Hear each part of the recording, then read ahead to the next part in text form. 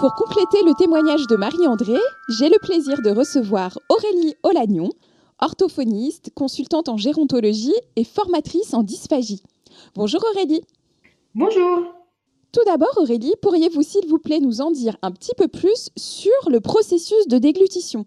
De quoi s'agit-il et comment cela fonctionne-t-il? Alors, la déglutition, c'est l'action en fait de faire en sorte que le carrefour aérodigestif, c'est-à-dire la bouche, l'endroit où passe la respiration et les aliments, soit totalement propre. Donc, en fait, il s'agit d'avaler, mais quand on avale, on nettoie sa bouche, son pharynx. Donc, en gros, il suffit de stimuler la bouche, donc la langue, les papilles, et ça va enchaîner comme une séquence de dominos tout un ensemble de systèmes et de protection des voies aériennes pour que les aliments passent bien dans l'œsophage et non pas dans la trachée. Mais quelles sont les différentes causes du coup qui sont à l'origine de ce problème de déglutition, Aurélie?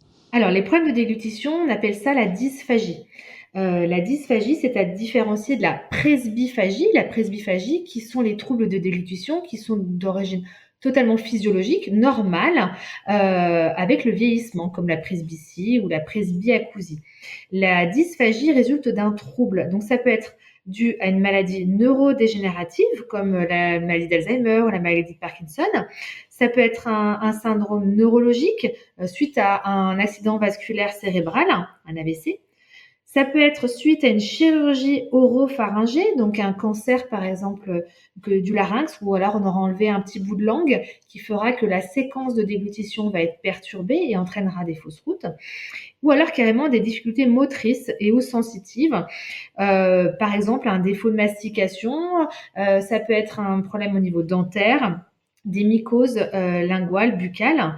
Et tout ceci donc vont entraîner ce qu'on appelle des fausses routes. Il faut bien différencier la fausse route obstruante, celle qui fait peur, celle qui nous demande de faire la manœuvre des Heimlich, et les fausses routes silencieuses, celles qui vont entraîner dénutrition, pneumopathie, déshydratation et repli social. Merci Aurélie pour cette explication très claire. Par rapport au témoignage de Marie-André, est-ce que vous pourriez nous éclairer sur les solutions qui peuvent être mises en place pour accompagner justement et soulager les problèmes de déglutition que l'on rencontre chez Marie-Thérèse comme chez nos proches aidés? Alors, dans ce que j'ai relevé du témoignage, il y avait plusieurs choses. D'une part, il y avait le repli social, donc c'est effectivement quelque chose de très important dans les troubles de déglutition, parce que nous avons une culture de l'alimentation. Donc tout l'accompagnement, la sensibilisation, la prévention des aidants et des accompagnants est très importante afin de soutenir les personnes qui sont dysphagiques. J'ai entendu aussi le terme d'infantilisation. Se faire donner à manger, c'est quand même assez difficile, il y a une régression. Il y a des moyens d'accompagner, on peut utiliser des outils adaptés pour favoriser l'autonomie maximum de la personne. Donner à manger à quelqu'un, on peut peut-être aussi avant lui proposer d'autres ustensiles, des cuillères adaptées, lui proposer ce qu'on appelle le manger main. Donc il faut peut-être parfois souvent mieux manger avec ses doigts plutôt que se faire donner à manger, tant que la mastication est encore possible. Alors, on a aussi entendu, enfin, j'ai entendu parler des textures. Je voudrais juste mettre une petite pointe d'attention sur la texture, parce qu'il faut favoriser au maximum la mastication et éviter de passer trop vite à l'alimentation mixée. Plus vous allez passer vite en alimentation mixée, plus vous allez accélérer les troubles de déglutition. Ce n'est pas parce qu'on passe en mixé qu'on évite les fausses routes. C'est une idée reçue. Mm. Et au contraire, il faut vraiment mastiquer au maximum. Et ce n'est pas parce qu'on n'a pas de dents on ne peut pas mastiquer. On peut mastiquer avec des gencives. Donc l'idéal est d'avoir un appareil dentaire qui soit adapté. Le faire vérifier fréquemment chez le dentiste est très très important. Et souvent quand on maigrit d'ailleurs, l'appareil dentaire finit par ne plus être adapté. Et une dent, ce n'est pas parce qu'on a des dents en haut ou en bas que ça va fonctionner. Pour qu'une dent fonctionne, il faut qu'il y ait son antagoniste, c'est-à-dire la dent qui est en face. Donc ça, c'est très important. Ensuite, il y a quelque chose que j'ai entendu. c'est que il a été conseillé à Marie-André de mélanger morceaux et mixer. Attention, et moi quelque chose que je déconseille, il faut que la texture soit homogène. Donc on peut donner une alimentation normale, mais un petit peu molle. Pensez à des légumes bien cuits, des choses comme ça pour favoriser la mastication, mais ne surtout pas mélanger avec quelque chose de mixé. C'est un gros risque de fausse route. On a parlé de la dentition, hein, Marie-André en a bien parlé, elle a bien parlé de l'hygiène bucco-dentaire. Ça, c'est vraiment quelque chose de primordial parce qu'on peut faire des fausses routes à la salive. Et si si la bouche est colonisée, hein, avec par exemple des germes, une mycose ou un abcès, c'est possible que ça finisse par aller dans les poumons et provoquer une pneumopathie. Et ensuite, j'ai entendu comme conseil l'eau pétillante, et c'est effectivement un très bon conseil. Pourquoi? Donc, je vais répondre à la question de Marie-André qui ne savait pas pourquoi. En fait, le but du jeu, pour pouvoir enchaîner la séquence de déglutition, il faut être stimulant.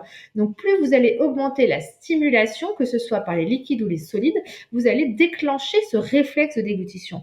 Donc, l'eau pétillante, c'est quelque chose qui va stimuler avec la pétillance des bulles et qui va permettre d'entraîner la déglutition. Donc, vous pouvez jouer pour les liquides sur les textures, donc sur la pétillance. Vous pouvez jouer sur les goûts en mettant du sirop. Vous pouvez jouer sur la température aussi très froide. Et si le cas échéant c'est bien compliqué, on peut ralentir la vitesse d'écoulement en épaississant un petit peu avec des épaississants du commerce. Et ça va fonctionner exactement pareil pour les solides. Il va falloir augmenter l'appétence et le goût, la stimulation, donc l'appétence visuelle.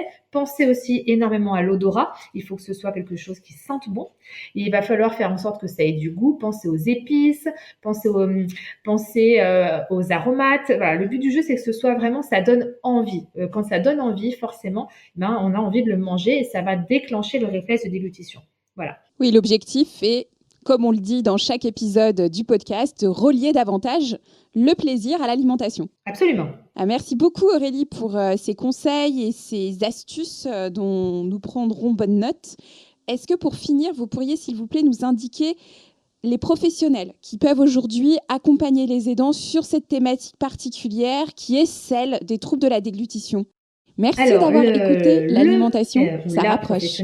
J'espère que cet épisode vous aura plu et vous aura apporté des conseils précieux et des astuces concrètes en lien avec l'alimentation de vos proches. Ce podcast vous a été proposé par Silver Fourchette en collaboration avec Malakoff Humanis.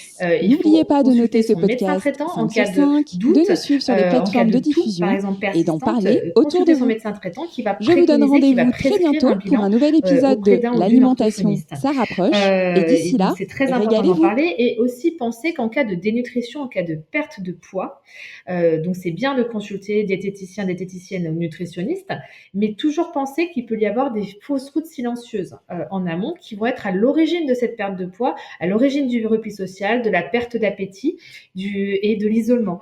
Et forcément, si on pense à ça, on va pouvoir penser à un bilan orthophonique en cas, donc je répète, en cas de dénutrition ou de pneumopathie à répétition.